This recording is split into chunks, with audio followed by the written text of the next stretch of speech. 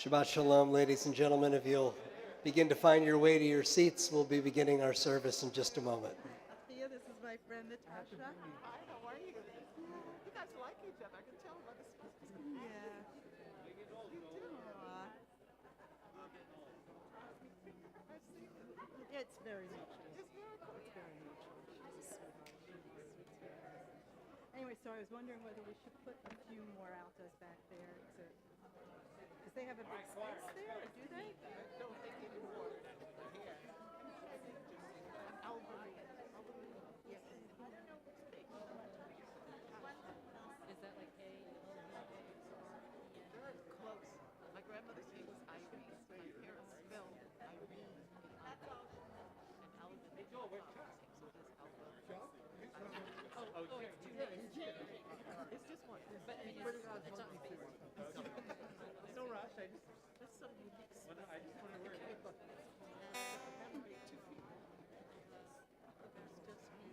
Thank you for helping me. It's just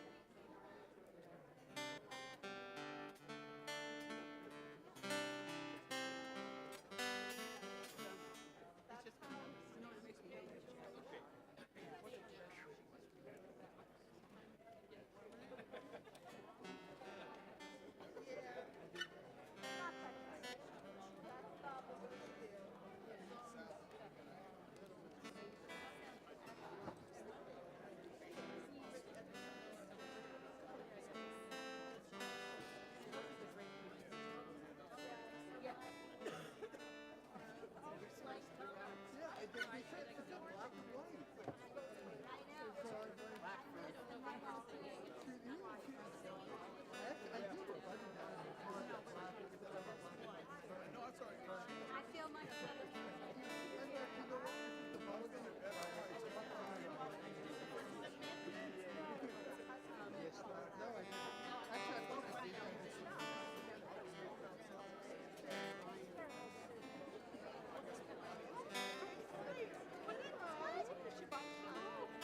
And you can fuck it along. And you know Sally?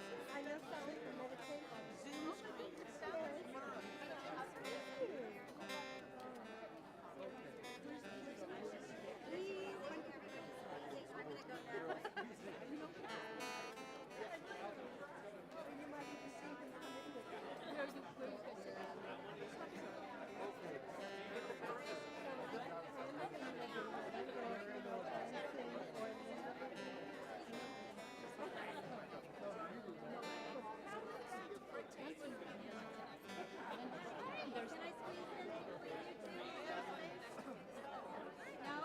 And another attitude. You want me to just get another chair and sit at the end? Well,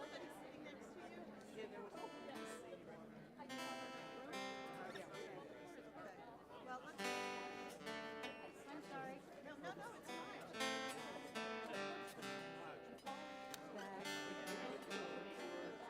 And there's Nancy.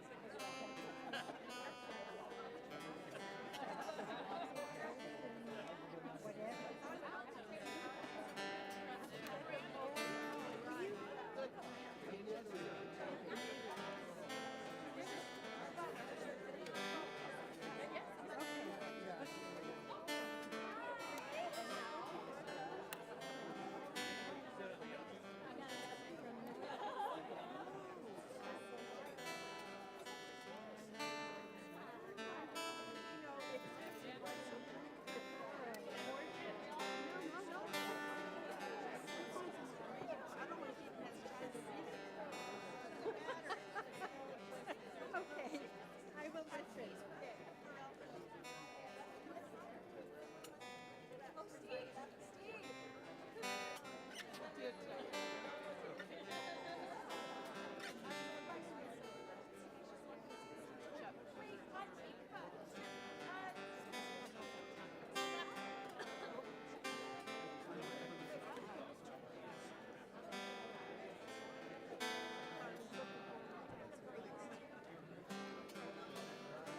I'd like to invite everybody to please make it to your seats so that we can begin.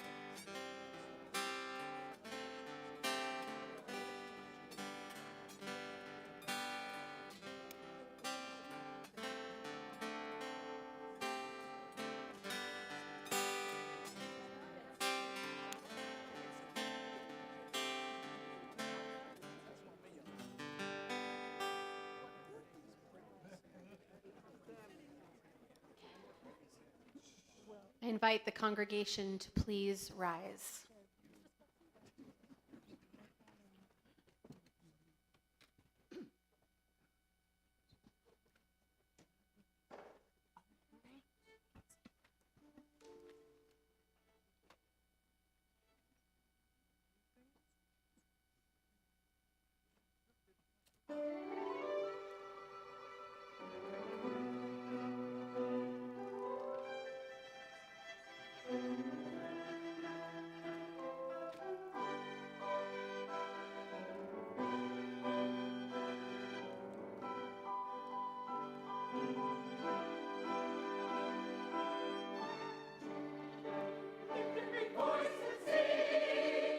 Every voice and sing till earth and heaven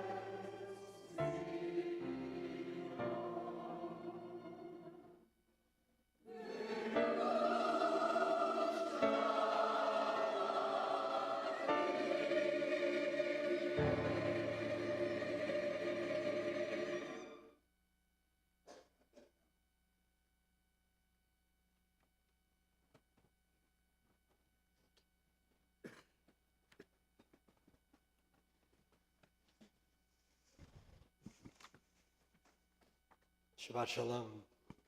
Shalom. So why, you may wonder, have we opened our Shabbat service tonight in celebration of the legacy of the Reverend Dr. Martin Luther King Jr. with these two legendary compositions joined as one? Well, I will start with the simplest answer, and then we will go a little deeper. The simplest answer is because that is exactly how Chuck Dickerson wanted our service to begin. He says we do. And in fact, you can remember that, huh? He's going to see me at Rosh Hashanah and say, you know, I remember.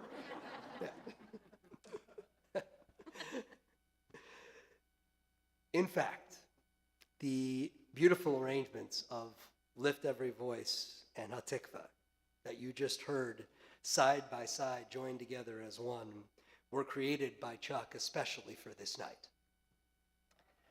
Yeah.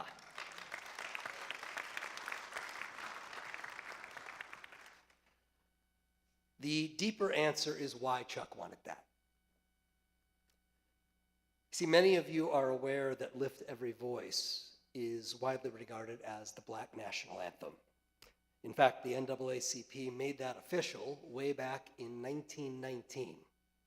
The piece itself is the merging together of poetic words written by NAACP leader James Weldon Johnson in the year 1900, and a melody written 5 years later by his brother, John Rosamond Johnson.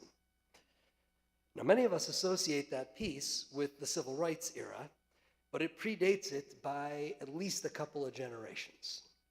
Its themes of unity, faithfulness, the longing for freedom only gained a heightened immediacy in the era of Dr. King's leadership. And its imagery, evoking the biblical exodus from slavery and emergence into freedom in the promised land, in fact, find a special resonance on this very Shabbat on which this year's study of the book of Exodus commences. So that explains Lift Every Voice. Why Hatikva? Because Chuck wanted to marry the anthems of our two people in opening this Shabbat, which celebrates our historic bond and our enduring obligation to one another. And make no mistake, Hatikva is much more the national anthem of the Jewish people than it is narrowly the anthem we now associate with the modern state of Israel, which actually only officially adopted Hatikva as its anthem in the year 2004. That's because Hatikva wasn't written for the modern state of Israel at all. It too is the merging together of poetic words written by Naftali Herz Imber, a Jewish poet in what is now Ukraine, back in 1878. Predating the modern state of Israel by at least a couple of generations, maybe three. And a melody derived from a 16th century Italian song, La Mantovana. And its defining imagery is a perfect match for Lift Every Voice. Liot am chovshi be'artzenu. The yearning to be a free people in our land. A hunger that has united the Jewish story and the story of Black Americans for more than a century in these two compositions, and considerably longer even than that in our people's hearts and souls.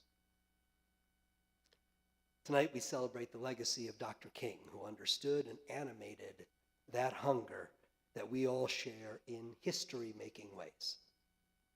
Listen to his words and you will hear the yearning to reach the promised land, to be free, to fulfill the age-old hope, Hatikva. Hatikva bat shnot alpayim, the hope of millennia. The hope is what has brought us all here tonight. And it is to that hope that Dr. King's everlasting legacy holds each one of us accountable.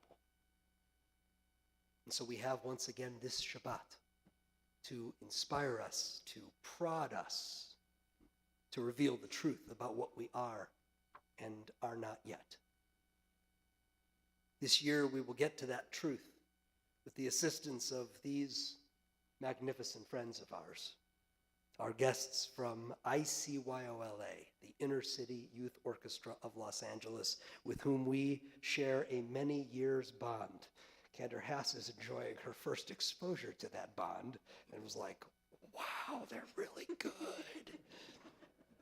Yeah, they are. We thank you for bringing beautiful, soulful purpose to our sanctuary once again this year. And of course, they are led by the incomparable Chuck Dickerson, whose artistry has filled this sanctuary in so many ways and on so many occasions, including our High Holy Days, which apparently he now runs. And that has been going on for much more than a decade at this point. But tonight, his artistry will come to us not only through the baton, if you will, but also through his words and his charge to us. Chuck, you know that you are deeply, deeply loved here at Leo Beck Temple, and we cannot thank you enough.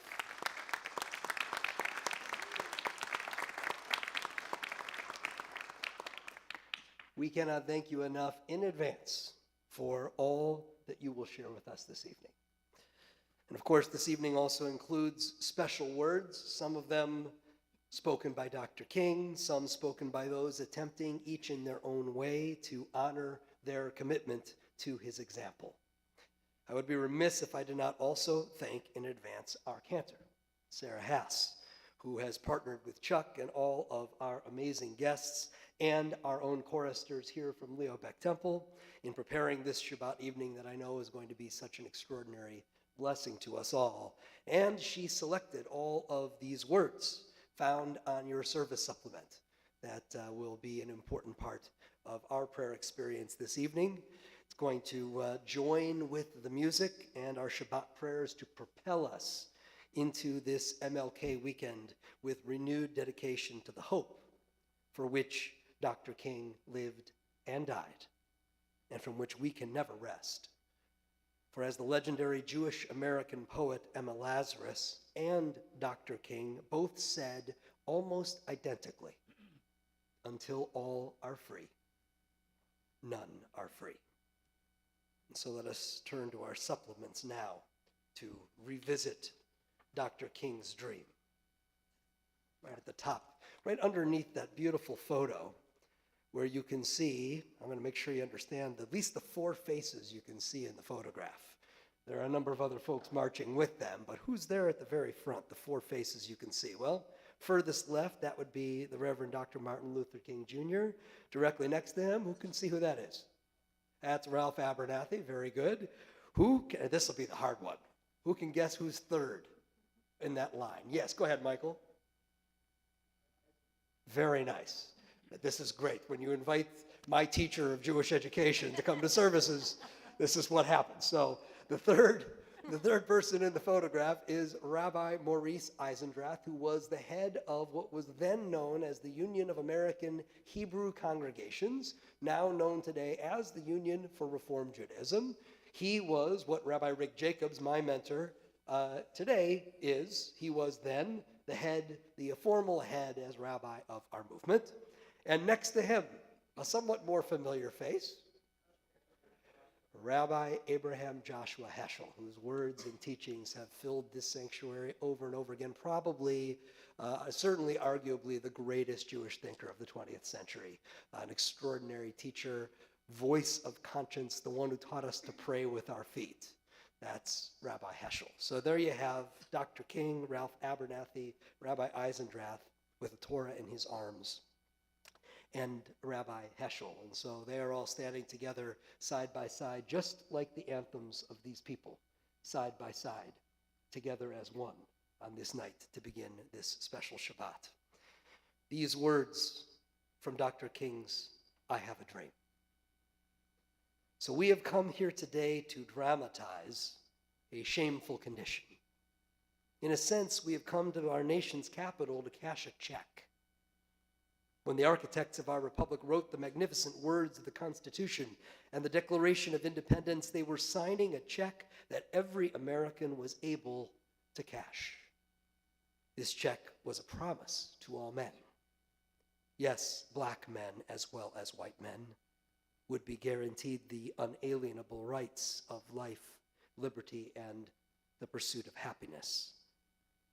It is obvious today that America has defaulted on this check when it comes to her citizens of color.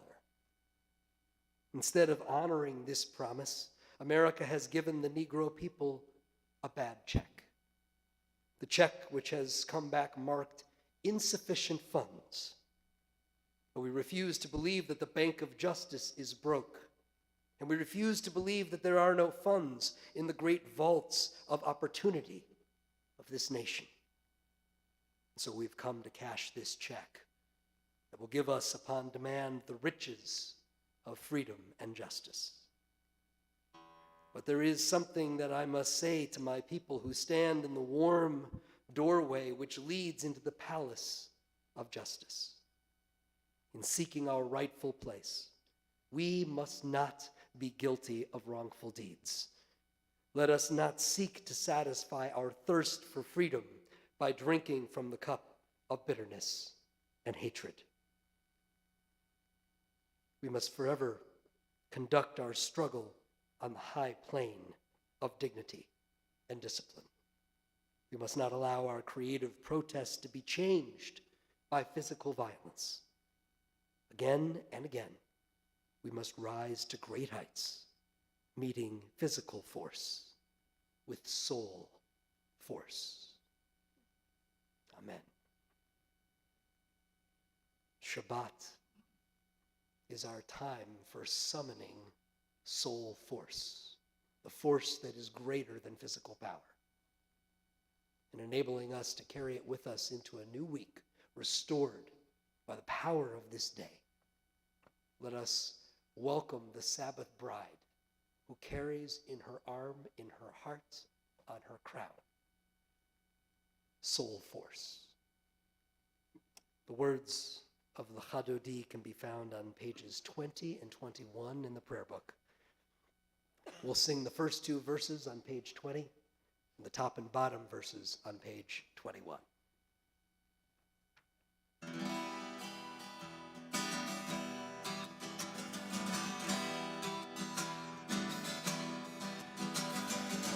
La la la la la la Chadodi, ya la la la la likrat kala,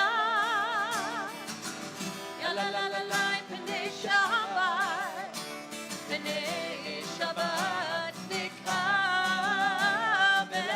ya la la la la Chadodi, ya la la la la likrat kala, ya la la la la pnei Shabbat. B'nei Shabbat v'navela,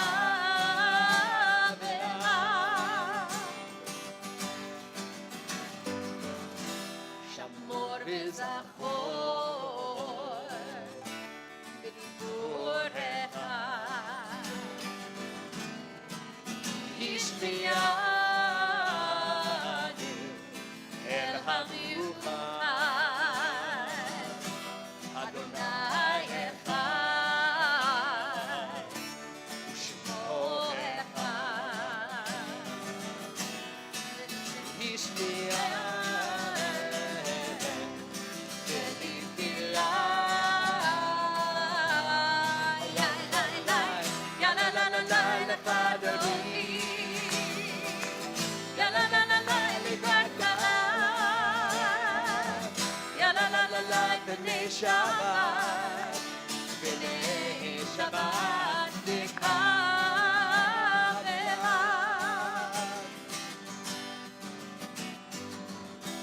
likrat Shabbat, lechu v'nelcha, ki b'kor haveracha, merosh b'kedem nesucha,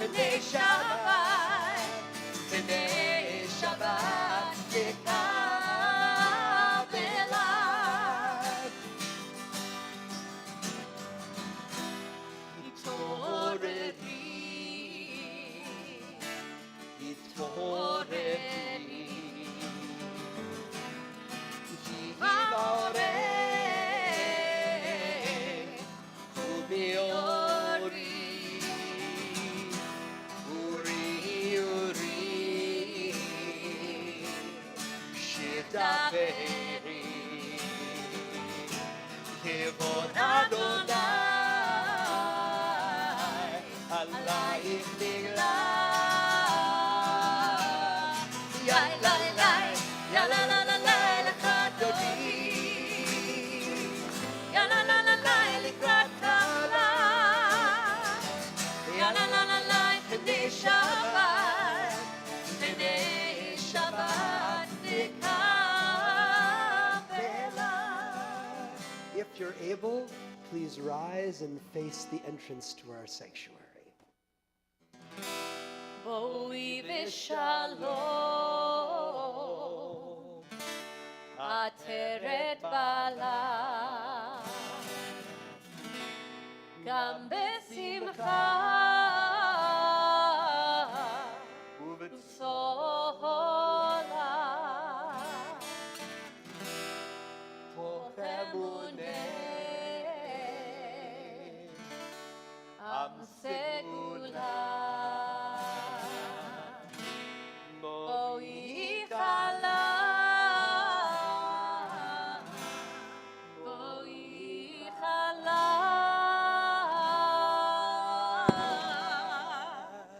ya la la, ya la la la la, lecha dodi, ya la la la la, likrat kala,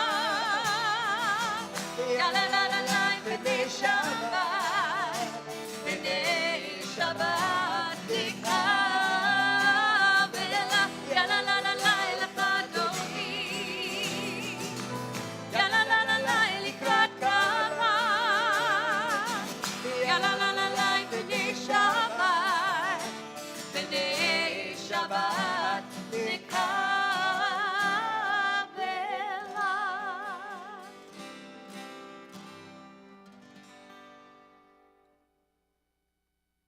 On page 28.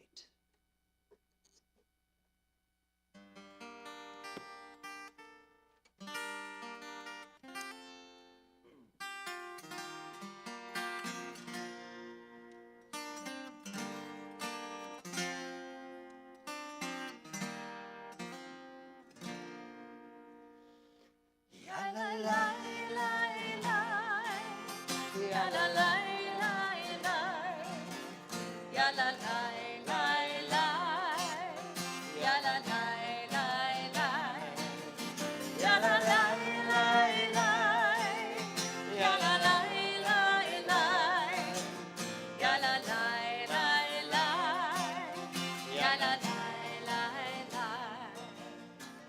Barechu et Adonai, hamevorach.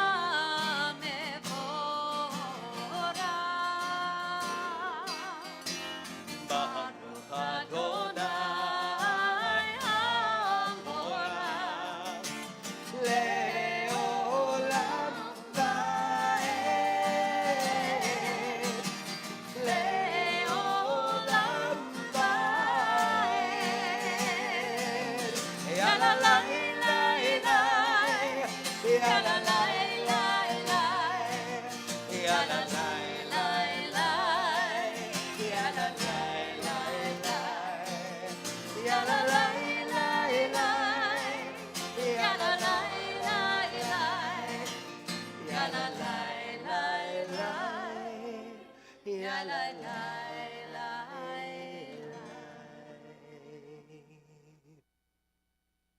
In preparation for Shema, I invite you to turn back to the supplemental page where you'll find these words by the great American poet Langston Hughes.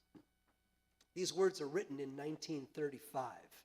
So when you're hearing the language, let the language situate you in moment. And while the language may sound to us of 1935, the sentiments sound very much like 2023, sadly, still for us to redeem. He wrote, "Oh, let America be America again, the land that never has been yet, and yet must be, the land where every man is free, the land that's mine, the poor man's, Indians, Negroes, me, who made America, whose sweat and blood, whose faith and pain, whose hand at the foundry, whose plow in the rain must bring back our mighty dream again. Sure, call me any ugly name you choose. The steel of freedom does not stain. From those who live like leeches on the people's lives, we must take back our land again, America. Oh yes, I say it plain, America never was America to me. And yet I swear this oath, America will be.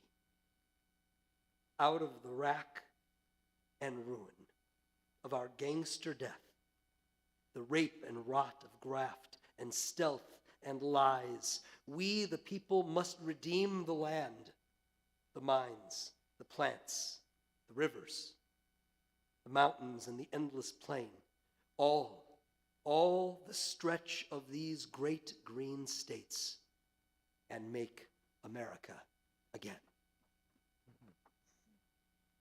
Let us hear that call as we sing our prayer of hearing God's presence. Shema, page 34.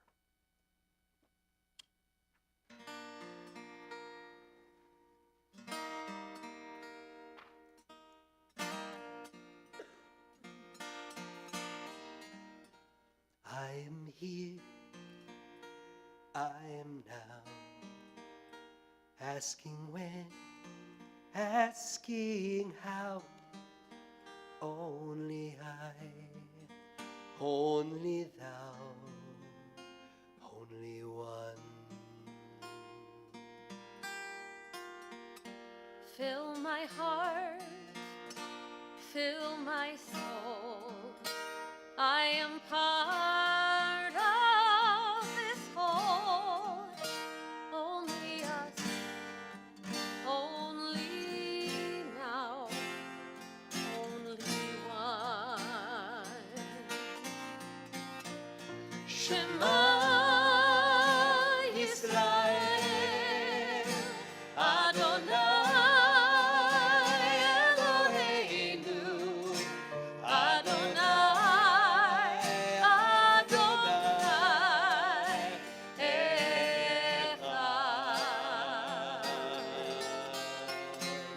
Shema Yisrael, Adonai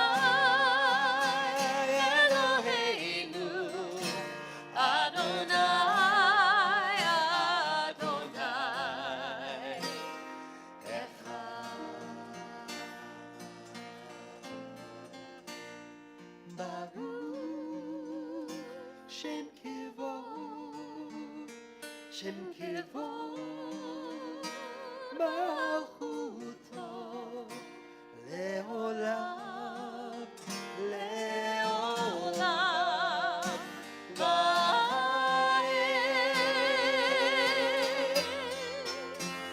Shema Yisrael, Adonai Eloheinu, Adonai,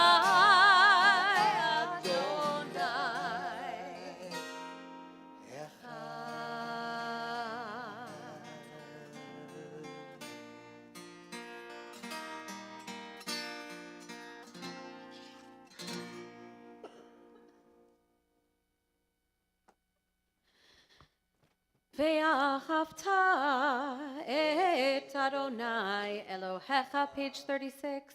V'chol levavcha u'v'chol nafshecha u'v'chol meodecha ve'hayu hadvarim ha'ele asher anochi mitzavecha hayom al levavecha ושיננתם לבניך, ודיברת בם, בשבתך בביתך, ובלכתך בדרך, ובשוכבך ובקומך, וקשרתם לאות על ידיך, והיו לטוטפות בין עיניך, וכתבתם על מזוזות ביתך ובשעריך, למען תזכרו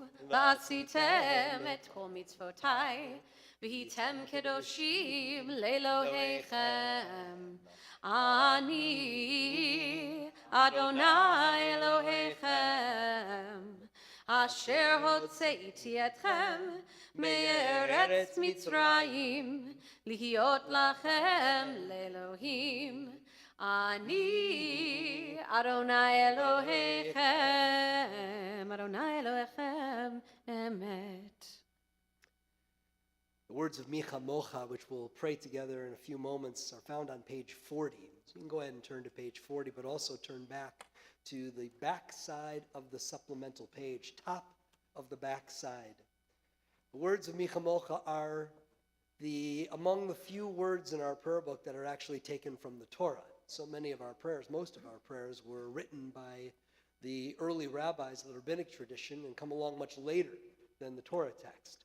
But every now and then, Shema is one of those instances, comes straight out of the book of Deuteronomy. Micha Mocha comes out of this story of Exodus. Exodus, the book that we begin reading on this Shabbat. Exodus, the story that unites our peoples, all peoples who have lived at the margins and have dreamed of living, breathing, being free. Micha Mocha is that song of redemption. And so to prepare us for singing our song of redemption, we have these beautiful words of poetry by the great Maya Angelou. The free bird leaps on the back of the wind and floats downstream till the current ends and dips his wings in the orange sun rays and dares to claim the sky. But a bird that stalks down his narrow cage can seldom see through his bars of rage. His wings are clipped and his feet are tied, so he opens his throat to sing. The caged bird sings with fearful trill of the things unknown but longed for still, and his tune is heard on the distant hill, for the caged bird sings of freedom. The free bird thinks of another breeze and the trade winds soft through the sighing trees, and the fat worms waiting on a dawn-bright lawn, and he names the sky his own. But a caged bird stands on the grave of dreams. His shadow shouts on a nightmare scream. His wings are clipped and his feet are tied, so he opens his throat to sing. The caged bird sings with a fearful trill of things unknown but longed for still, and his tune is heard on the distant hill, for the caged bird sings of freedom, as do we. Page 40.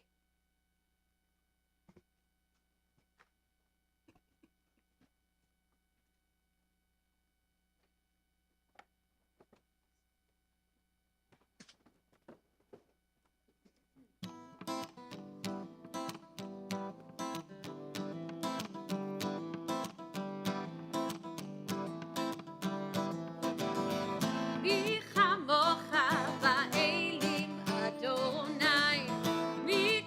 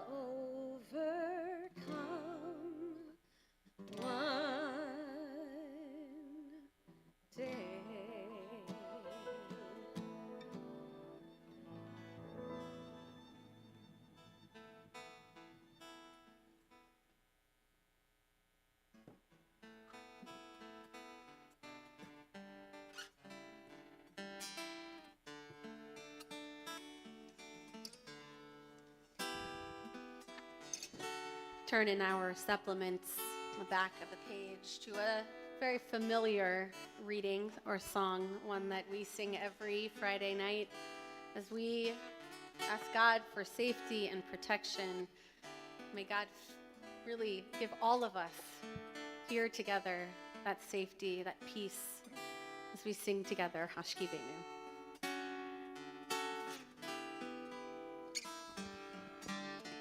Hashkivenu Adonai Eloheinu l'shalom, l'shalom, v'ha'amidenu malkeinu l'chaim.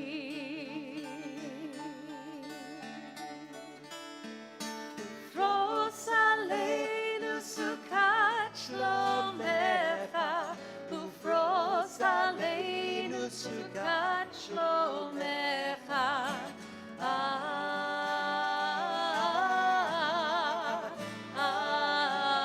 Amen. Shelter us beneath thy wings, O Adonai. Guard us from all harmful things, O Adonai. Keep us safe throughout the night, till we wake with morning's light. Teach us, God, wrong from right. Amen.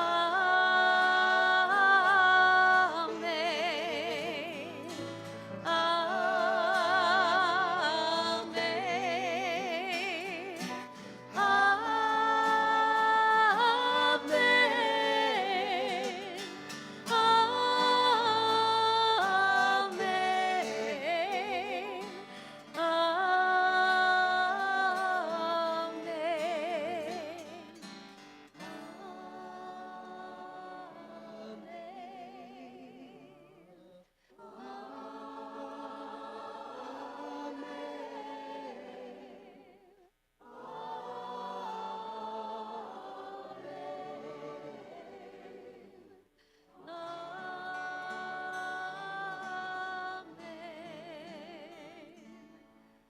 Amen.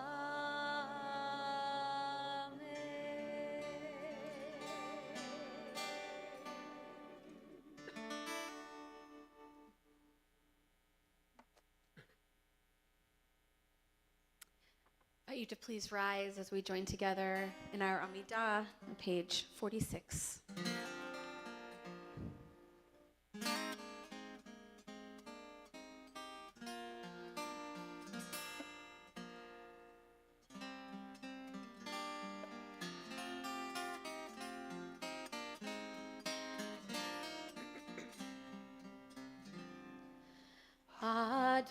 Adonai sefatai tiftach ufi yagi tehilatecha. Adonai, open up my lips that my mouth may declare your praise. Baruch atah Adonai Eloheinu v'Elohei avoteinu ve'imoteinu, Elohei Abraham, Elohei Yitzchak, v'Elohei Yaakov, Elohei Sarah, Elohei Rivka, Elohei Rachel, v'Elohei Leah, Ha'el Hagadol, Hagibor v'Hanora, El Elyon, Gomel Chasadim Tovim, וקונה הכל, וזוכר חסדי אבות ואימהות, ומביא גאולה לבני בניהם, למען שמו באהבה. מלך עוזר ומושיע ומגן, ברוך אתה אדוני, מגן אברהם ועזרת שרה. אתה גיבור לעולם אדוני, מחיי הכל אתה רב להושיע, משיב הרוח ומוריד הגשם, מכלכל חיים בחסד, מחיי הכל ברחמים רבים, סומך נופלים ורופא חולים, ומתיר אסורים, ומקיים אמונתו לשני עפר. מי כמוך בעל גבורות ומי דומה לך, מלך ממית ומחיה ומצמיח ישועה, ונאמן אתה להחיות הכל. ברוך אתה אדוני מחיי הכל. אתה קדוש ושמך קדוש, וקדושים בכל יום יהללוך סלה. ברוך אתה אדוני האל הקדוש. We continue our Amidah in silence through page 62. It's also an opportunity to linger with the prayers of our hearts as we spend this time in quiet prayer. You can remain standing or be seated whenever you're ready.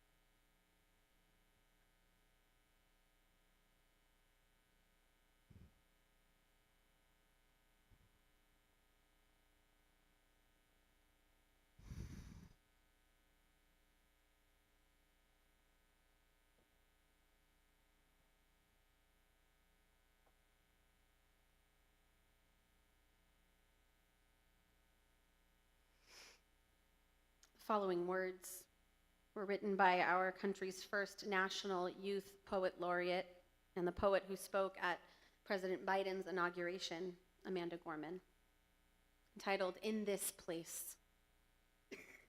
There's a poem in this place, in the footfalls, in the halls, in the quiet beat of the seats. It is here at the curtain of day where America writes a lyric you must whisper to say. There's a poem in this place, in the heavy grace, the lined face of this noble building, collections burned and reborn twice. There's a poem in Boston's Copley Square where protest chants tear through the air like sheets of rain, where love of the many swallows hatred of the few. There's a poem in Charlottesville where tiki torches string a ring of flame tight round the waist of night, where men so white they gleam blue seem like statues, where men heap that long wax burning ever higher, where heather higher blooms forever in a meadow of resistance. There's a poem in the great sleeping giant of Lake Michigan, defiantly raising its big blue head till Milwaukee and Chicago, a poem begun long ago, blazed into frozen soil, strutting upward and aglow. There's a poem in Florida and East Texas where streets swell into a nexus of rivers, cows afloat like mottled buoys in the brown, where courage is now so common that 23-year-old Jesus Contreras rescues people from floodwaters. There's a poem in Los Angeles, yawning wide as the Pacific tide, where a single mother swelters in a windowless classroom, teaching black and brown students in Watts to spell out their thoughts so her daughter might write this poem for you. There's a lyric in California where thousands of students march for blocks, undocumented and unafraid, where my friend Rosa finds the power to blossom in deadlock, her spirit the bedrock of her community. She knows hope is like a stubborn ship gripping a dock, a truth that you can't stop a dreamer or knock down a dream. How could this not be her city, su nacion, our country, our America, our American lyric to write a poem by the people, the poor, the Protestant, the Muslim, the Jew, the native, the immigrant, the black, the brown, the blind, the brave, the undocumented, the undeterred, the woman, the man, the non-binary, the white, the trans, the ally to all of the above and more. Tyrants fear the poet. Now that we know it, we can't blow it. We owe it to show it, not slow it, although it hurts to sow it when the world skirts below it. Hope. We must bestow it like a wick in the poet so that we can grow it lit, bringing with it stories to rewrite the story of a Texas city depleted but not defeated, a history written that need not be repeated, a nation composed but not yet completed. There's a poem in this place, a poem in America, a poet in every American who rewrites this nation, who tells a story worthy of being told on this minnow of an earth, to breathe hope into a palimpsest of time, a poet in every American who sees that our poem penned doesn't mean our poems end. There's a place where this poem dwells. It is here. It is now.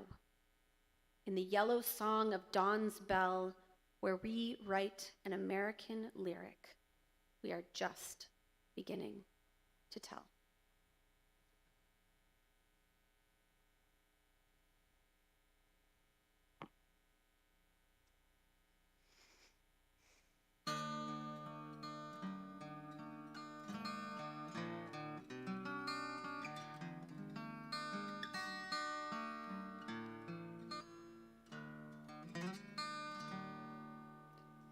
Match will burn for long enough to light a single candle. Candle only burns until the conversation's done. One bright conversation shines a light across a lifetime. Your quick life had time enough to shine like the sun. At first you couldn't listen. You held to your suspicion, 'cause this new point of view seemed bold and strange. But that simple truth's resistance melted your resistance, till all at once you knew that what you knew must change. A match will burn for long enough to light a single candle. Candle only burns until the conversation's done. One bright conversation shines a light across a lifetime, and your quick life had time enough to shine like the sun. Your search for easy answers only led to harder questions, but you rose up when that simple faith fell through.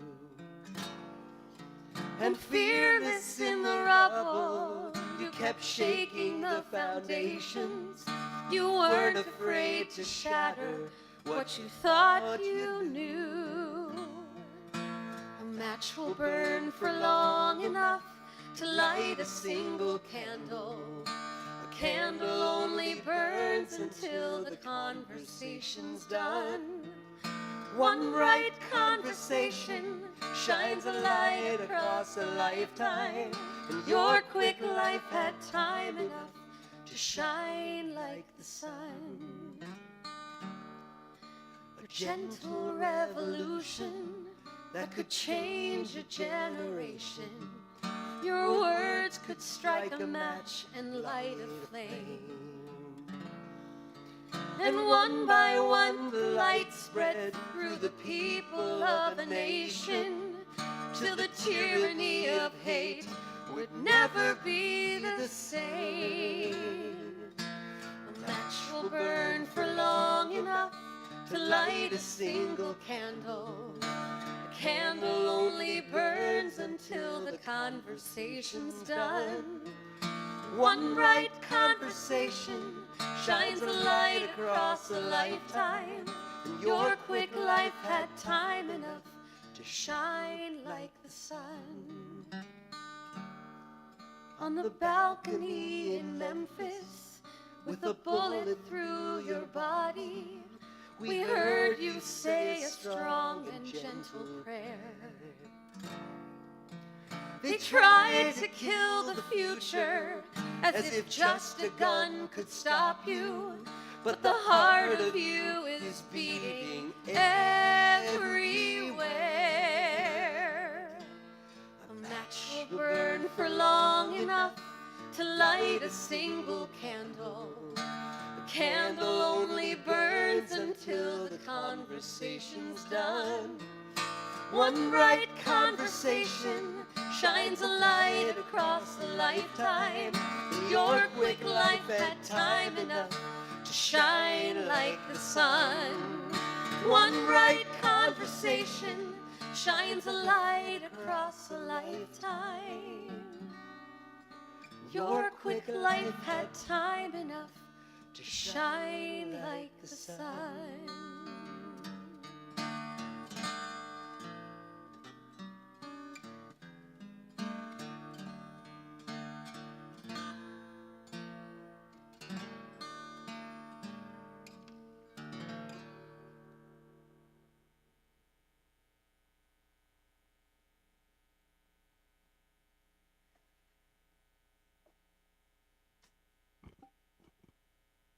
First, I want to take this opportunity to say some thank yous.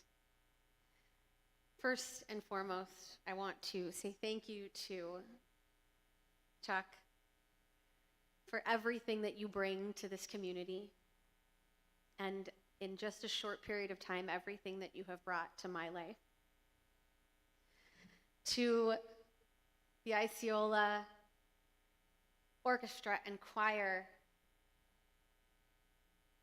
I think Ken was right. I literally stood here like, what am I experiencing right now? He tried to prepare me and I just wasn't prepared. You're incredible. And especially our instrumentalists, Aaron Hill, who's on violin, Jordan Busa on violin as well, and Daryl Sims on viola. And a huge thank you. One more, but yes. To the incredible, incredible Diane Guest for just being you. Trivia, Diane played for my interview for this job, so I owe her a lot. And of course, everybody here at the synagogue, we were running around literally like chickens with our head cut off. Oh, of course, I'm not there yet. Reminding me, I'm not there yet. But everyone at this synagogue for creating this day, making it happen, to Al, to Drew, everybody here. And literally, I am the luckiest human being to be able to have a choir that is so incredibly dedicated to singing and to creating music. I can't even believe that I inherited something that is just so special and such a gem, and I'm grateful that you're all here today. I think pretty much everyone, with the exception of a couple of people who sang with us for the High Holy Days, are here singing with us today. So thank you so much.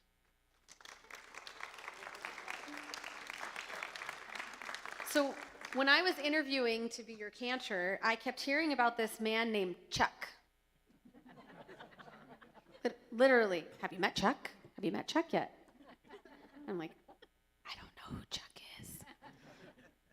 But very, very soon after, I learned about this man named Chuck, who everybody just talked about being this presence, this special human being. And the truth is, I also wasn't prepared for how incredibly special this man is. We at LBT are incredibly lucky to call Chuck family.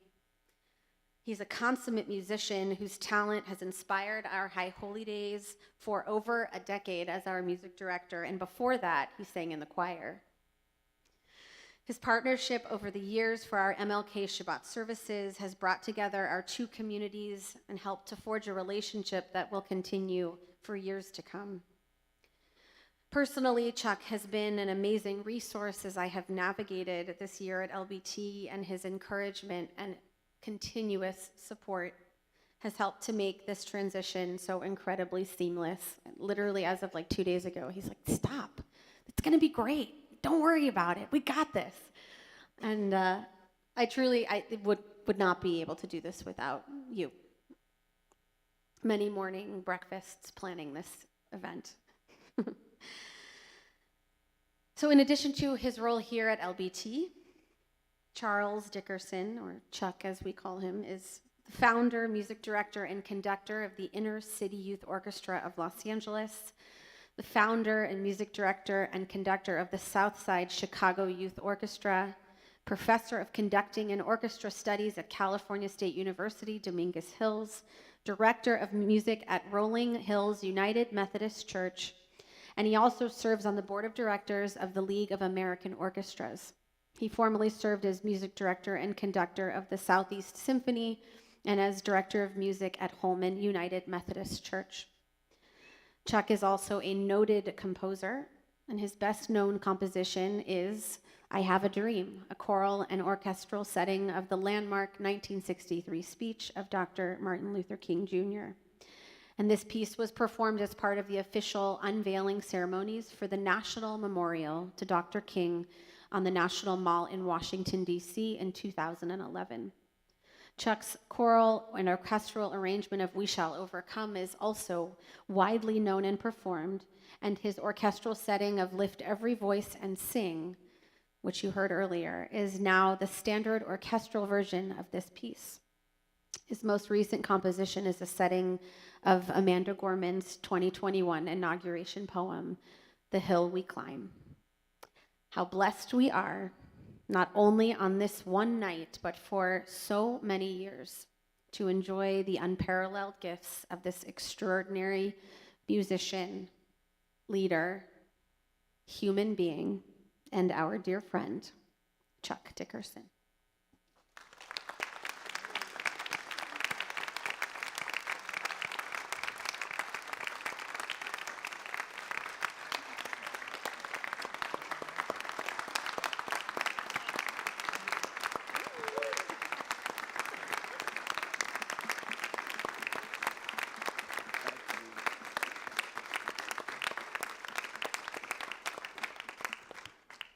Well, good evening to you all. Good evening. Interesting. This folk over here knew to say good evening back, and I don't know what's up with you folk here. In the tradition from which I come, when somebody speaks to you, you speak back. So good evening to you all. Good evening. Thank you so very much, and I know okay. So I'm Chuck, and the reason I'm called Chuck is because there's 7 Charleses in my family. And we all had to have a different identification, and when I was very young, they called me Chucky, and then I had a son, and he became Chucky, and I got to be Chuck. And I've been around here at Leo Beck for, believe it or not, it's somewhere between 15 and 20 years. At the time I first came, there was a guy who was the cantor. His name was Wally. I don't even remember his last name. Yeah, right.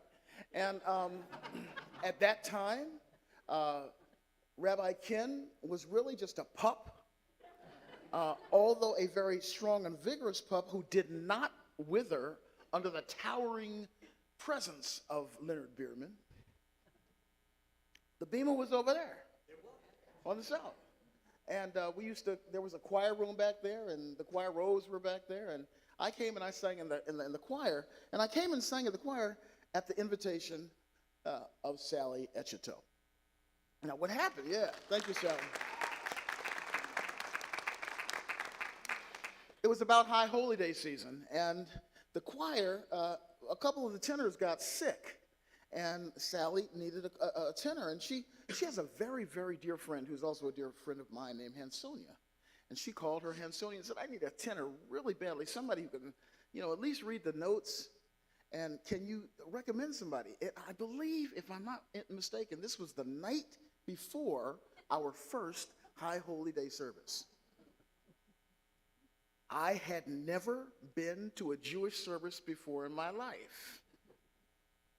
I had never been inside a synagogue before in my life. I had never sung in Hebrew in my life. But Sally called, and I came, and I've been here ever since. Yeah, it was kind of okay. Let's see, Cheryl was the organist at the time? Cheryl, thank you. All right. And then I sang in the chorus for about 8 or 9 years. And then David Cates, who was the director for most of that time, got called to another place up the street. You all probably know where it is. Yeah.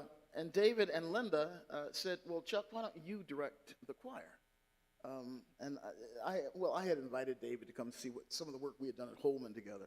So he kind of knew that I could direct a choir. And so I was a little intimidated, but I took the job. And I'm honored to be serving here as the director of your choir. And choir members, thank you for having me.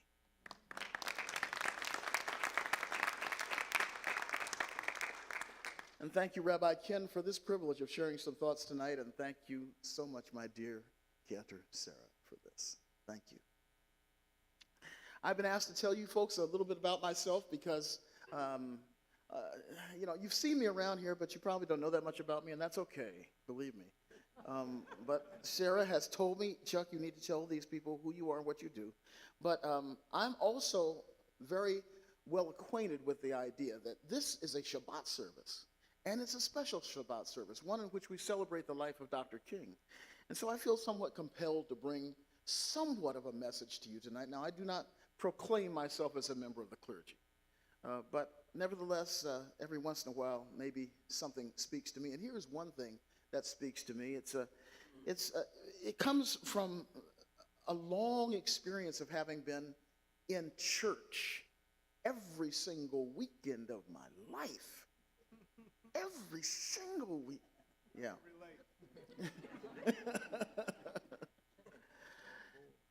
One of the scriptures that I have come to love and enjoy, it really does resound in my life, comes from the second book of Samuel in this 22nd chapter, this 22nd division. It's a rather long scripture.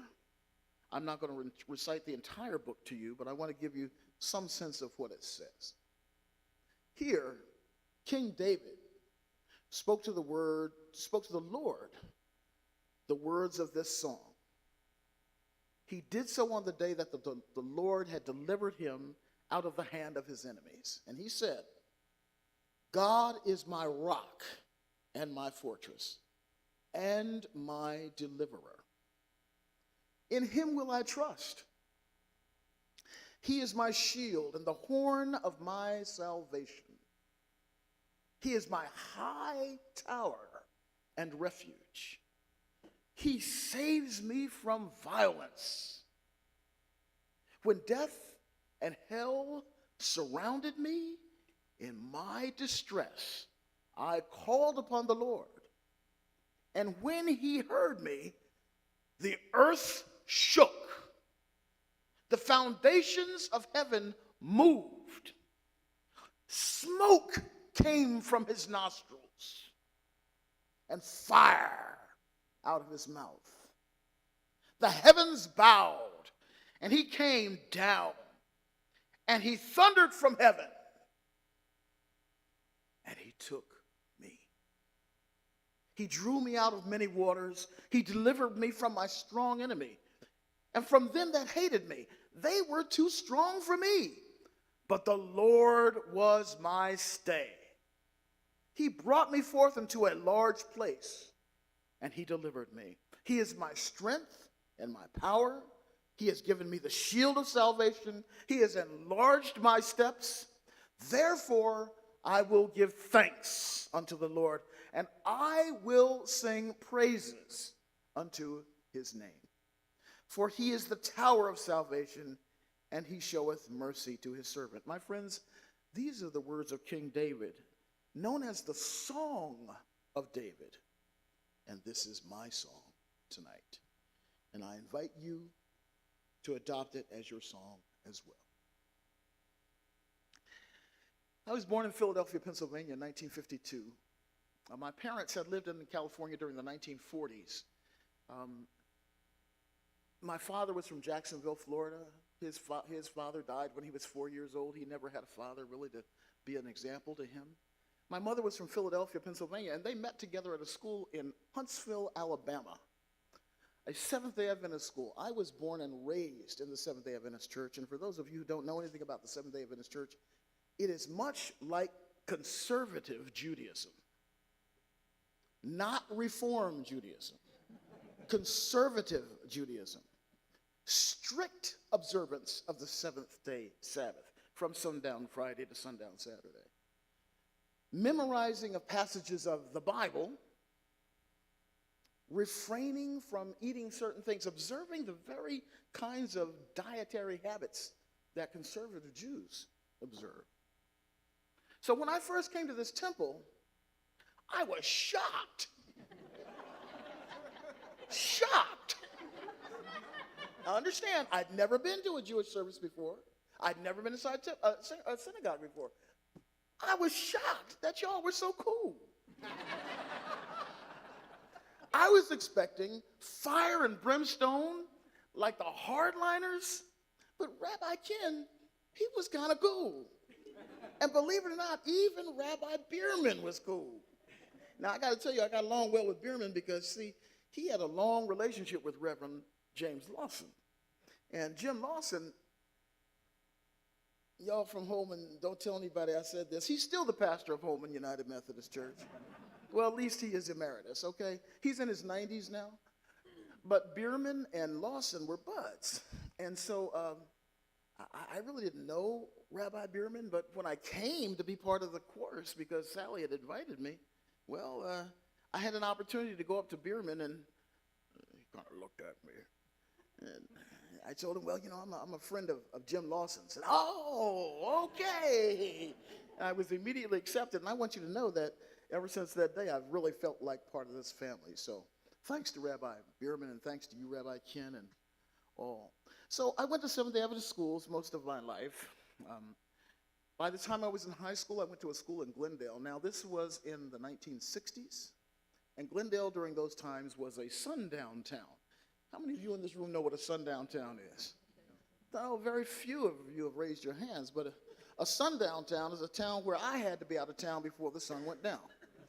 And while we might chuckle about that, it's truthful and literal.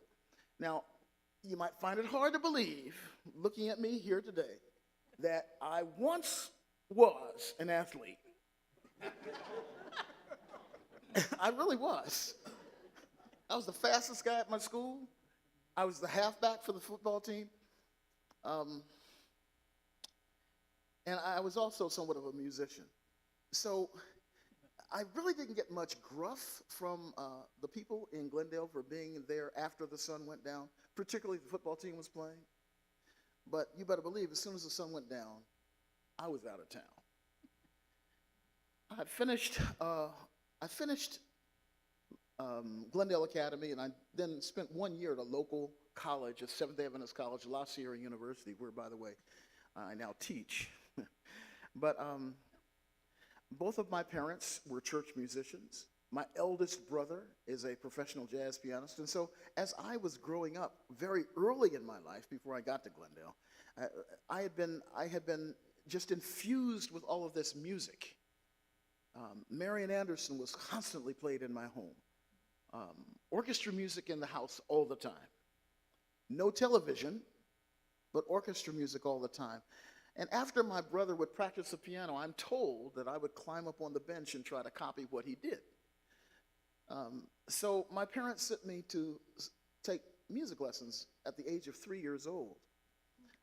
I started on the piano, and to this day, I'm still trying to learn how to play. But I do believe that it was that early start that kind of helped me get to where I am today. So I did this first year of college at La Sierra, and then I decided I wanted to go to Juilliard to go to school. So I went to New York, and I took auditions, and I was kind of foolish and ignorant. I did not know. By the time I got there, they had already established what the class would be for the next year. So they waitlisted me. And so rather than just stick around New York because I didn't have the money, I went down to Washington, D.C. and spent time with a cousin of mine. My cousin said, "Hey, man, you can stay here as long as you want, just get a job." Well, my parents had prepared me. I could type in those, well, I still can type. In those days, I was typing about 100 words a minute, 100 words a minute on a manual typewriter. Wow. That's right. But you see, now, the folks that are here that are black, they'll understand what I'm about to say to you. You see, my parents prepared me because we never knew if or when we would get some kind of a job. And if you could type in those days, you could get a job just about anywhere. So, you know, I really tip my hat and value my parents for having prepared me for that, because when I got to Washington, I was able to get a job, and I worked for believe it or not, I got a job working for a United States Senator, a gentleman by the name of Charles Percy. He's a dinosaur. He is a dinosaur. I don't believe it. I'm going to say these two words together, and they don't really belong together anymore. He was a liberal Republican. He was a dinosaur, but pretty cool guy. So I went to work for the senator, and I stayed there. And of course, being in that situation, you would think you would get very influenced by what happens on Capitol Hill, and I did. So I decided I was going to give up this music stuff, at least in terms of pursuing it as a career. Plus, I never thought that being a black person in America, I could ever get a job, seriously, conducting a major orchestra in this country, which is what I wanted to do. And maybe it was a self-proclaimed prophecy, but I did not pursue that career further. Having worked on Capitol Hill, I decided I need to go to law school, because that's the way you make the world better.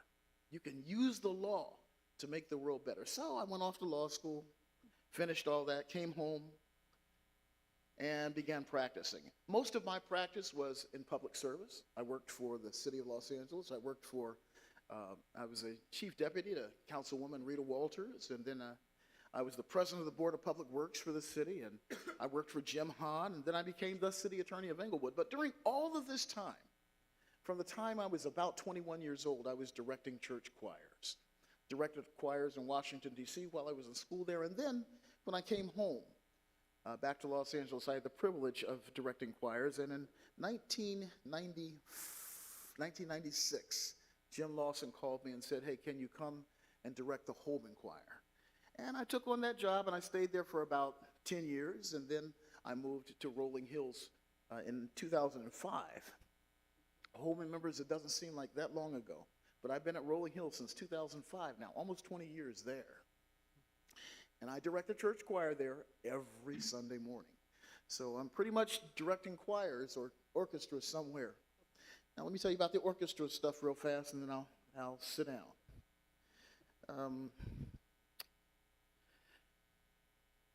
Some of you are probably aware of the wonderful movie Casablanca.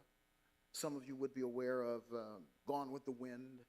Some of you would know the movie Lawrence of Arabia. All these movies have fantastic, wonderful orchestral scores. but there's not one African American person who played in any of the orchestras that made that great music. And that was because Local 47, the local musicians union, was segregated. And what happened is that essentially, if you were black, you could get a job playing jazz in a nightclub somewhere, but you can forget trying to get your name on a movie where you might win royalties later on in your career. And so, there was a LA Unified School teacher by the name of Edith Gunn who wondered, union, why are you doing this? Why are you keeping black people from getting these jobs where they can have some stability with regard to their musical experience? And the union said, well, black folks don't have any ensemble experience, and they don't know the orchestral repertoire. So in 1948, Edith Gunn and a bunch of other LAUSD music teachers got together and said, we're going to create a place where black people can come together and we can learn ensemble performance and we can learn the repertoire. And they created an organization called the Southeast Symphony. That orchestra served that purpose, and many of the people that you saw come later on the Tonight Show with Johnny, well, not with Johnny, but with Jay Leno, and the late night TV shows that you see today. They came out of systems that had been developed because of the Southeast Symphony, where they were now being given the opportunity for ensemble performance and to learn to read and know the literature so that they could get those jobs. Well, in 2004, I was fortunate enough to be asked to be the conductor of that orchestra, and I took that job. And I from then on, I decided, well, I don't need to do law anymore. I don't have to get up in the morning and decide who am I going to sue or whose deposition am I going to take. Rather, I could get up in the morning and sing the songs like the Song of David that was resounding within my heart. So in the year 2000, the Southeast Symphony developed a program where they were starting to help young children learn how to play orchestral instruments. I was not a part of that part of the group. I was conducting the professional orchestra, but in that group every spring would put on a recital. And in the spring of 2009, they put on the recital, and it didn't go very well, and many of the kids said, I'm not coming back to this because I'm embarrassed. So some of the kids came to me, because I was the conductor of the professional orchestra, and said, would you work with us this summer? It was 9 of them who came to me that summer, and I said, okay, I'll work with you that summer, but I didn't expect that it was going to become what it is. We started in June of 2009 with 9. By the end of that summer, we had 24. We put on a little recital. It went so well that the young people said, we'd like to keep this going. Mr. Dickerson, would you be our conductor? That's what it is today.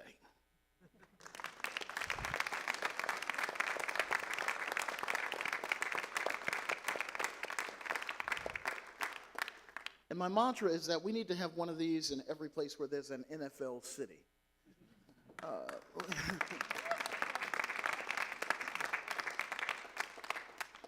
We've begun one in Chicago. You heard Cantor Sarah talk about me being in charge of the Southside Chicago Youth Orchestra. Just about every Friday, I'm on a flight from Los Angeles to Chicago to conduct and work with that young group of people.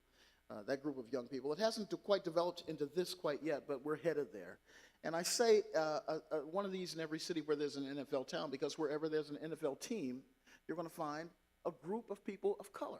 You're going to find a whole bunch of black people. If you know anything about the Great Migration, you know that black people came up from the South into the great Midwestern cities, primarily Chicago, Detroit, where there were jobs that could be had.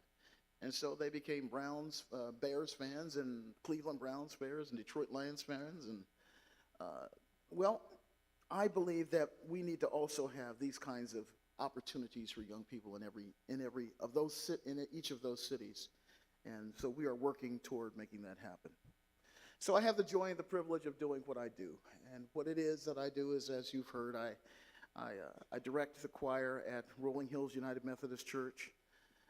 I'm the professor of conducting and orchestra studies at Cal State Dominguez.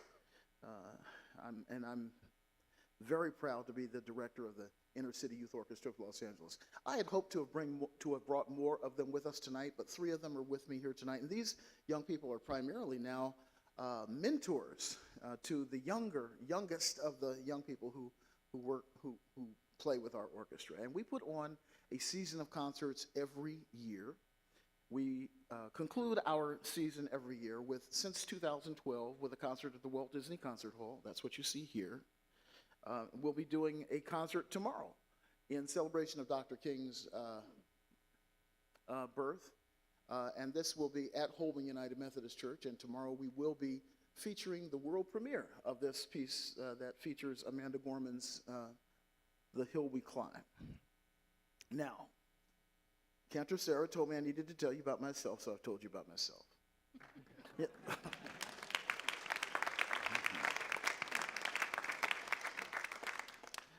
So I'm drawing to a close, but I think that we should spend just a few minutes thinking about Dr. King, because that's really what this weekend is about. It's not about me, believe me. My role here at Leo Beck is to create music that facilitates our worship in this temple. And I want to say to you that when I first came here, when I do come here and I come outside away from the 405, making all that noise out there, I come into a very sacred space, knowing that I stand on the shoulders of Dr. King, knowing that I stand on the shoulders of James Lawson, and that I stand on the shoulders of Abraham Joshua Heschel and Leonard Bierman. And I think this is the dream that those gentlemen and others had, that people like you and people like me would come together and worship together, and no one would ever know the difference. Thank you for that, amen. At least I got one. So I'll say that again. I think the dream was that people like you, whose skin may be fairer than mine, and people like me, who come from a history of being pretty much damaged in this country, could come together at least at a place like this and worship together. Amen. And no one would even know the difference. So I value and cherish the opportunity to be here, to know the music, to learn the music of your tradition, to even now to have the opportunity to teach your music, and in some instances even to try to write some of your music. In Dr. King's most famous speech, his "I Have a Dream" speech, given at the footsteps of Abraham Lincoln in 1963, he spoke of the accord that would be ours in this country in musical terms. He said that the faith that we had built together, we would use that faith to transform the jangling discords of our nation into a beautiful symphony of brotherhood. When he gave that momentous speech, America was not a place of beautiful melodies interposed with consonant harmonies that were kept in time with a steady percussive rhythm. But Dr. King nevertheless joined his voice together with the masses of people who had that faith that a better day was coming. And together they sang the Song of David that I quoted for you earlier. He called on Rabbi Heschel, who sang a harmony to his melody. He called on Rabbi Julian Feebleman of New Orleans, who kept time to the song, opening the doors of his temple, Sinai, to Ralph Bunche in 1949, permitting the first major integrated audience in the history of New Orleans. Rabbi Ira Sanders of Little Rock accompanied the song sung by King and Heschel, testifying before the Arkansas Synod against segregationist bills. Rabbi Perry Nussbaum of Jackson, Mississippi, Rabbi Jacob Rothschild of Atlanta, and Rabbi Emmett Frank of Alexandria, and Rabbi Charles Mantenbrand of Birmingham all joined in the choir with Ralph Abernathy, with Fred Shuttlesworth, with Joseph Lowry, with C.T. Vivian, with Reverend Andrew Young, and together they all sang the Song of David. And when they sang that song, the earth shook. and the foundations of heaven were moved. And smoke came from God's nostrils, and they were all delivered. I find such a wonderful irony in the fact that John Ossoff and Raphael Warnock served together in the United States Senate, representing the state of Georgia. Well, my dear friends, we have much work to do ahead. As Martin King said on the night before he was assassinated, we've got some difficult days ahead. And we've seen some of those days. We've seen them in Charlottesville, Virginia, and in Charleston, South Carolina, Pittsburgh, Pennsylvania, Buffalo, New York. I hope you know what I'm talking about. We've seen a horrid presidency. And even now we see a bunch of politicians who have assumed charge, who clearly have no interest in providing protection to any of us in this building tonight. But we do have this building. We've got Leo Beck Temple, and we've got the churches and the homes from which many of our dear friends have come tonight, and we've got each other. And when we lift our voices together, singing the song of David once again, the earth will still shake. The foundations again will move, and we will know deliverance. So in spite of the difficult days that we may have ahead, though we may endure weeping for a night, we know that joy will come in the morning. So let us join together and let us be those who sing the song of David. For God indeed is our rock and our salvation.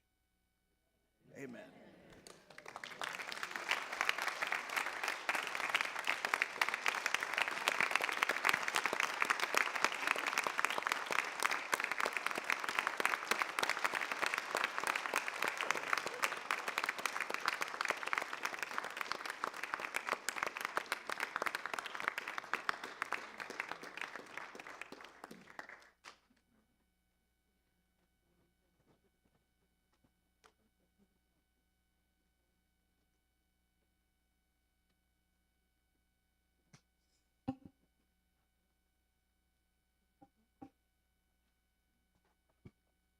So Chuck, in addition to thanking you, I really do have to apologize. The Jews, they don't talk back.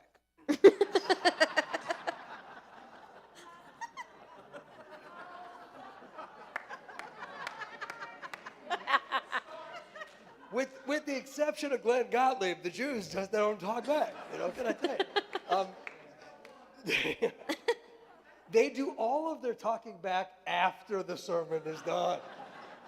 Then I hear from them, not in the middle. You know, what Chuck has achieved in this town and now beyond this town, in expanding the circle of those who are a part of this grand musical conversation and the work that had been denied to so many talented musicians for so long. This is a point of extraordinary pride for us to be just a little tiny tangent in the amazing life story that you have built. I want to point this out because if you're proud that you're a part of Leo Beck Temple, and a part of that pride comes from the fact that Chuck Dickerson works with us. There we go. The Jews are getting with the program. They're talking back. This will last for about 15 minutes, and then it's just over, you know. I want to make sure you know something. This coming Thursday night, Chuck's going to be upset at me for doing this, but I got to do it. This coming Thursday night, the Eye on America segment of CBS Evening News is featuring the Inner City Youth Orchestra of Los Angeles.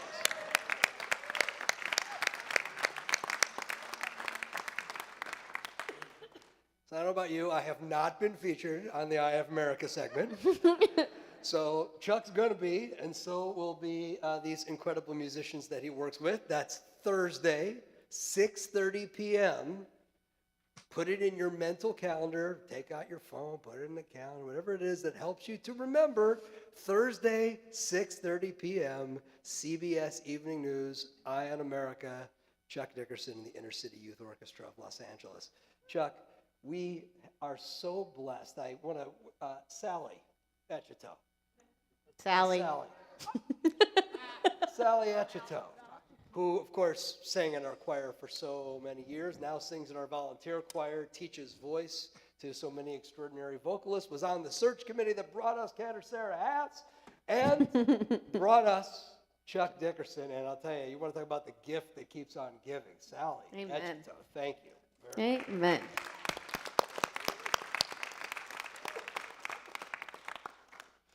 Chuck's work at its heart is ultimately about affecting healing in a nation.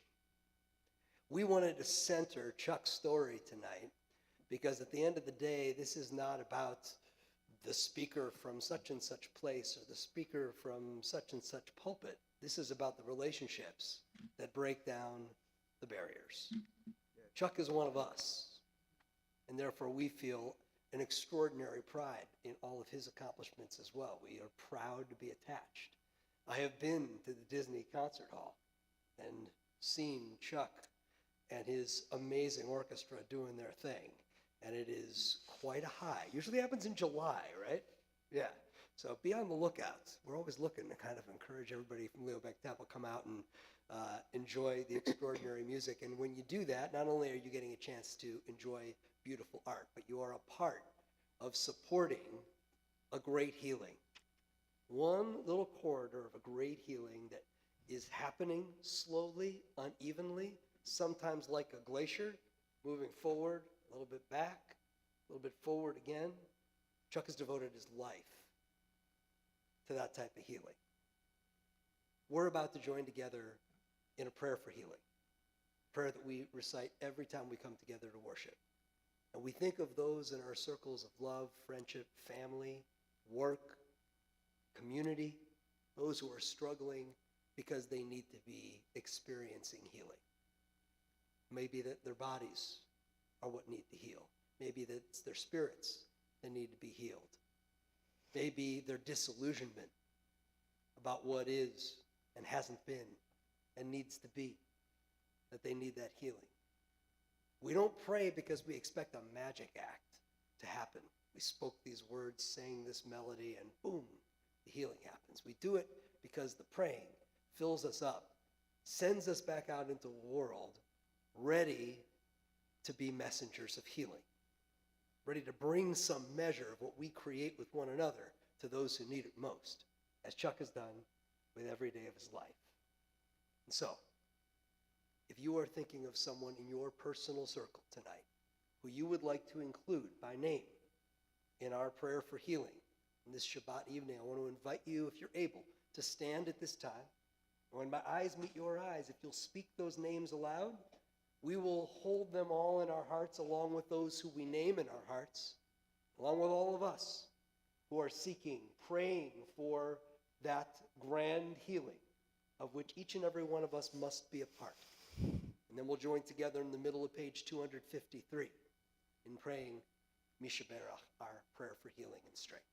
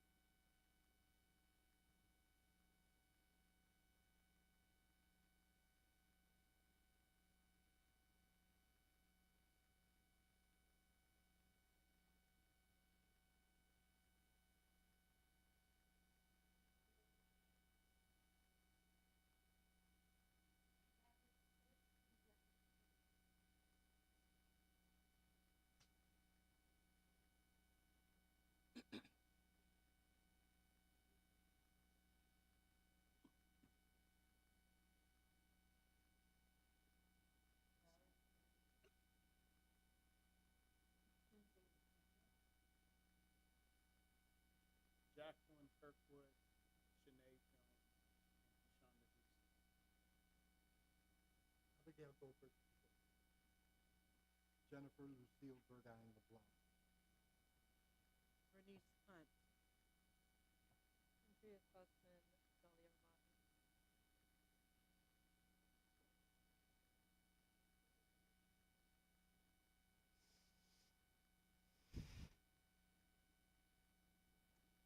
For all of them, for all of us, for this world that awaits our healing hand. We join together in prayer, Misha Berach, middle of page 253.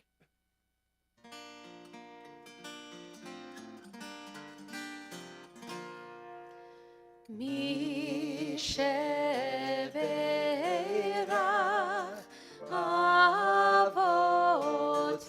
Avoteinu Mikor Havracha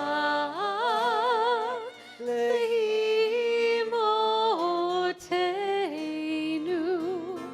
May the source of strength who blessed the ones before us help us find the courage to make our lives a blessing, and let us say Amen.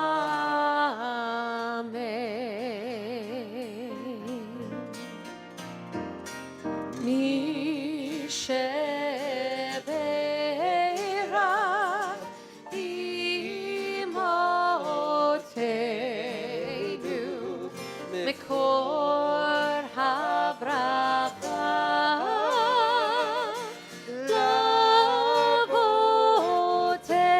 Lavotenu. Bless those in need of healing with refuah shlema, the renewal of body, the renewal of spirit, and let us say Amen.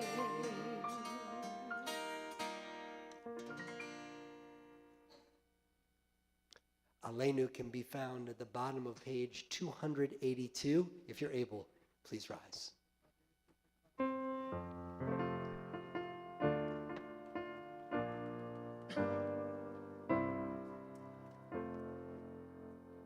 עלינו לשבח לאדון הכל, לתת גדולה ליוצר בראשית, שלא עשנו כגויי הארצות, ולא שמנו כמשפחות האדמה, שלא שם חלקנו כהם, וגורלנו ככל המונם, ואנחנו קוראים ומשתחווים ומודים לפני מלך מלכי המלכים הקדוש ברוך הוא. Page 287. ונאמר והיה אדוני למלך על כל הארץ ביום ההוא, ביום ההוא יהיה אדוני אחד ושמו אחד ושמו אחד ושמו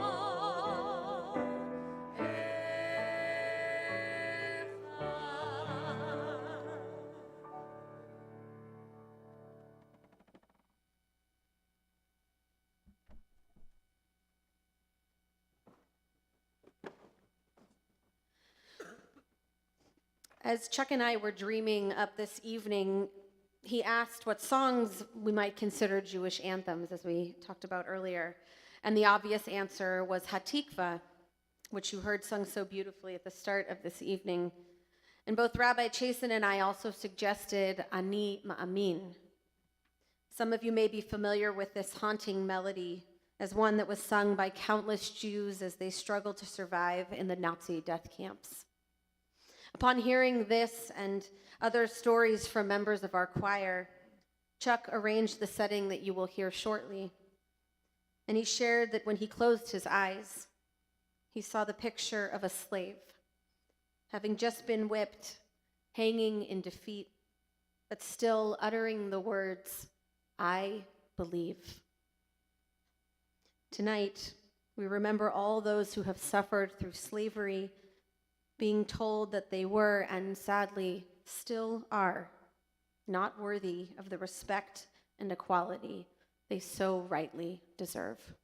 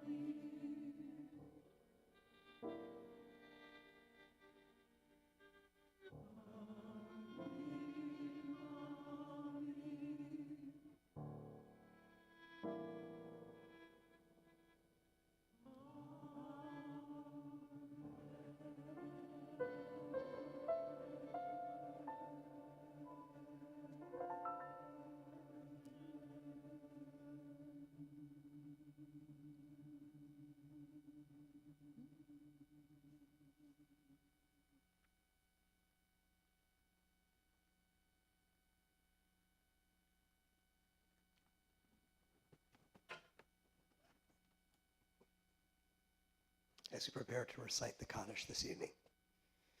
We remember especially our longtime congregant Ken Koslow, beloved partner of Jeannie Myers, whom death has taken from us in recent days.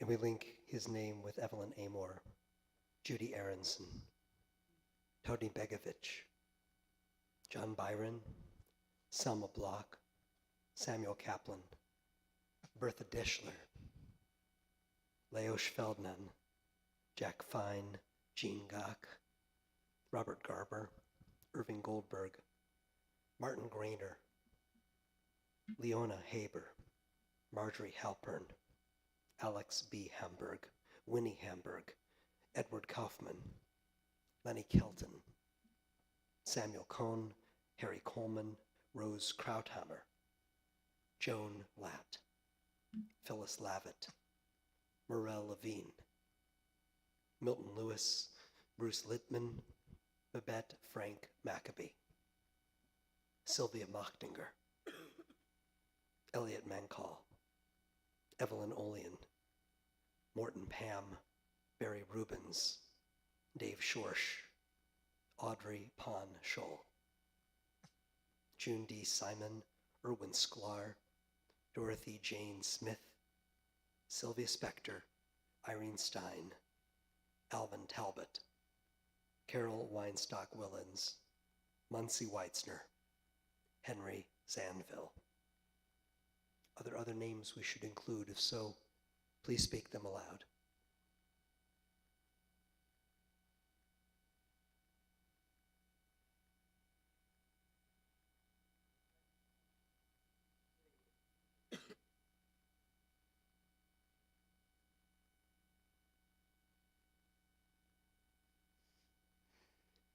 We think of these along with those who we name in our hearts, and all of those who have perished as victims of violence, of oppression, of subjugation, holding them all close at heart. We say, Zecher Tzadik Livracha, the memory of the righteous is an everlasting blessing, as together we give thanks for the blessing of life, with the words of Mourner's Kaddish found on page 294. If you're able, please rise. Yitgadal v'yitgadash shemei Rabbah, v'alma divrach chirutei v'yamlich malchutei, v'chaye chon uv'yomei chon, uv'chaye dechol beit Yisrael, ba'agala ufisman kariv imru amen. Yehi shemei Rabbah mevarach le'alam ulalmei amaya, yitbarach v'yishtabach v'yitpa'ar v'yitramam v'yitnaseh, v'yitadar v'yitaleh v'yitalal, shemei dekudsha b'richu. Le'ela min kol birchata v'shirata, tushbechata v'nechemata, da'amiram be'alma v'imru amen. Yehi shlama Rabbah min shabaya, v'chaim aleinu ve'al kol Yisrael v'imru amen. Oseh shalom b'imromav, u'ya'aseh shalom aleinu ve'al kol Yisrael ve'al kol yoshvei tevel v'imru amen. May the giver of peace send peace to all who mourn and comfort to all who are bereaved among us, and let us together say, Amen.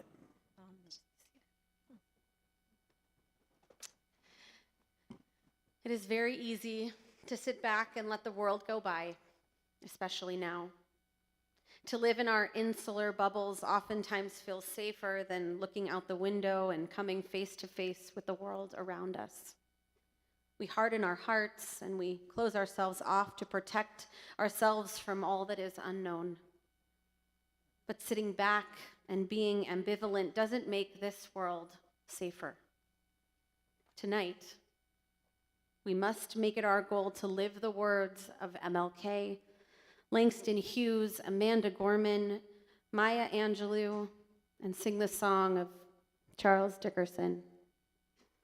We must go out into this world and remind each other to let love in and help those who need us most. We must lift up our voice and sing, I believe, thank you, Glenn, and we shall overcome, and live out our flames the best way we know how. We must let something glorious in. before we close with our closing song, point to the last excerpt at the bottom of the page. Comes from Martin Luther King's Strength to Love. At times, we need to know that the Lord is a God of justice. When slumbering giants of injustice emerge on the earth, we need to know that there is a God of power who can cut them down like the grass and leave them withering like the green herb. When our most tireless efforts fail to stop the surging sweep of oppression, we need to know that in this universe is a God whose matchless strength is a fit contrast to the sordid weakness of man. But there are also times when we need to know that God possesses love and mercy. When we are staggered by the chilly winds of diversity and battered by the raging storms of disappointment, and when through our folly and sin we stray into some destructive far country and are frustrated because of a strangled feeling of homesickness, we need to know that there is someone who loves us, cares for us, understands us, and will give us another chance. When days grow dark and nights grow dreary, we can be thankful that our God combines in his nature a creative synthesis of love and justice, which will lead up through life's dark valleys and into sunlit pathways of hope and fulfillment. We just have to let it in.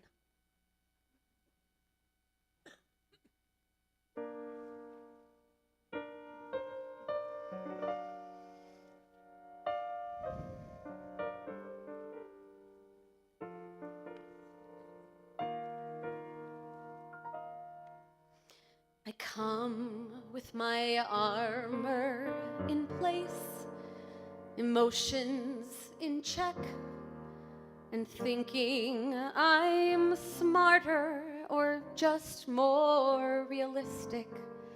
I sit with my frozen smile, all the while reluctant to trust what I'm told.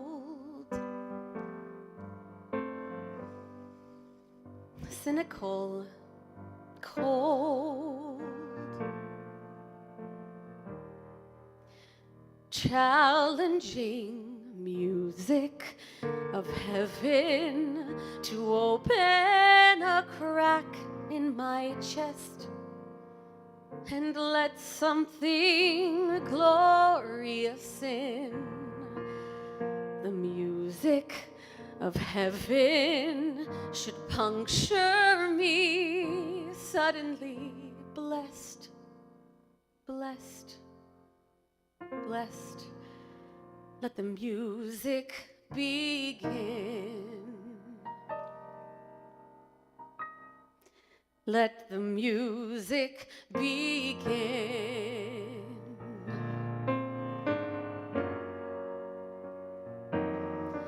They sing and they cry, and I watch, lean back in my chair, the classic New Yorker, alone among millions, indifference upon my face, out of place, but longing to feel what you feel.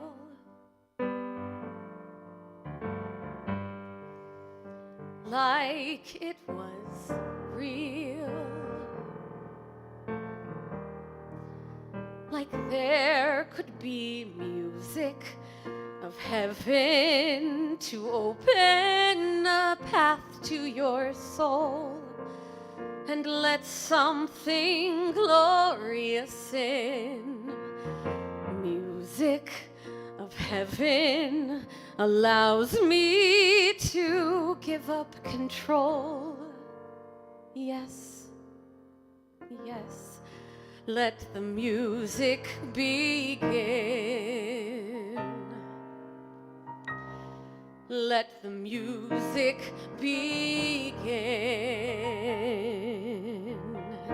And I sit there with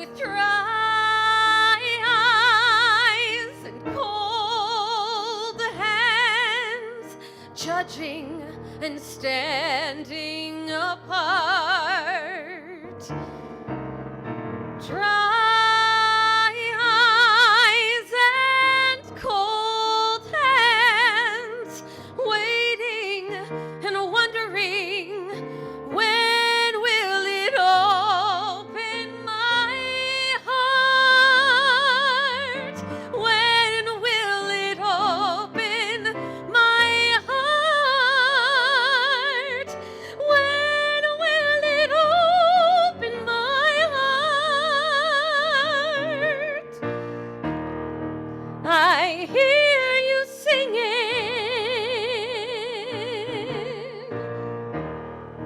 I hear you singing. And I want to say yes, say yes, say yes. I want to sing,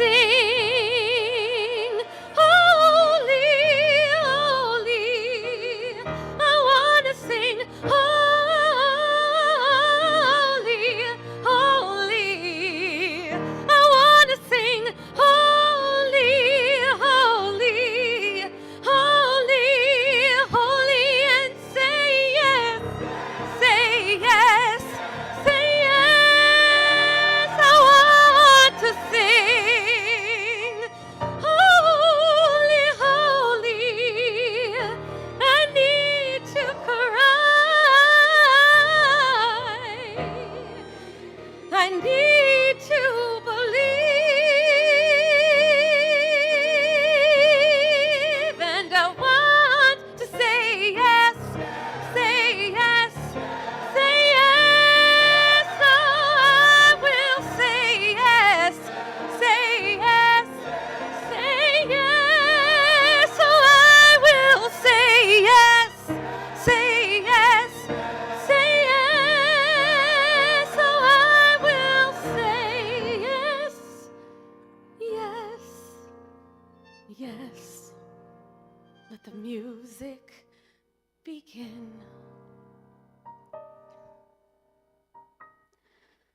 Let the music begin.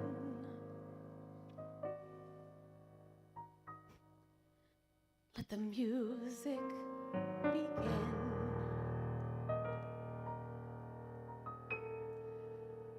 Let the music begin.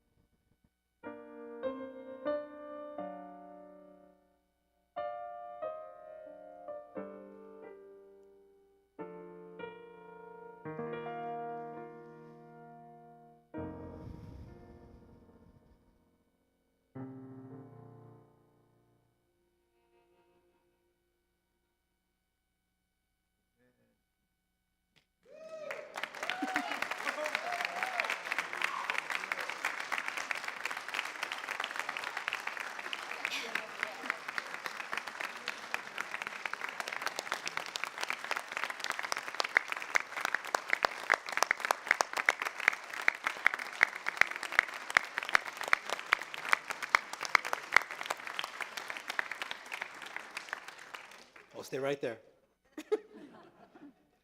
Dr. King gets the last word. This music from heaven that we need to let in. The words from his final public speech. We've got some difficult days ahead, but it doesn't matter with me now because I've been to the mountaintop and I don't mind. Like anybody, I would like to live a long life. Longevity has its place. But I'm not concerned about that now. I just want to do God's will. And he's allowed me to go up to the mountain, and I've looked over, and I've seen the promised land. I may not get there with you, but I want you to know tonight that we, as a people, will get to the promised land. May it be so. Shabbat Shalom.